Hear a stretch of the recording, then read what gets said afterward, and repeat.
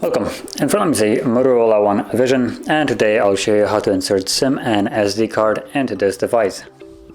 So, before we get started, we will need a SIM ejector, as I have one right here, and it can be found in the box that the device came in, or you can always use a paper clip, straighten out one of the edges, and it should also work. So from there you want to pop out the tray, which is located on the upper left side of the device, so right over here. Once you press it in, the tray pops out. And I just kind of dropped it all over the place, but there we go.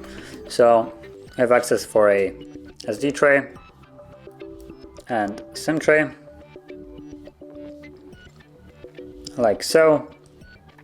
And once you place both of them in here, make sure that they're laying flush, and then while holding them securely, slide it back into the device, like so. And we should immediately see a pin, there we go, from the SIM card, so let's just pop that in.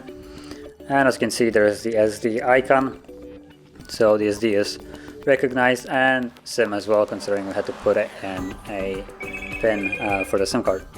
So that is how you would insert them, and if you found this video helpful, don't forget to hit like, subscribe, and thanks for watching.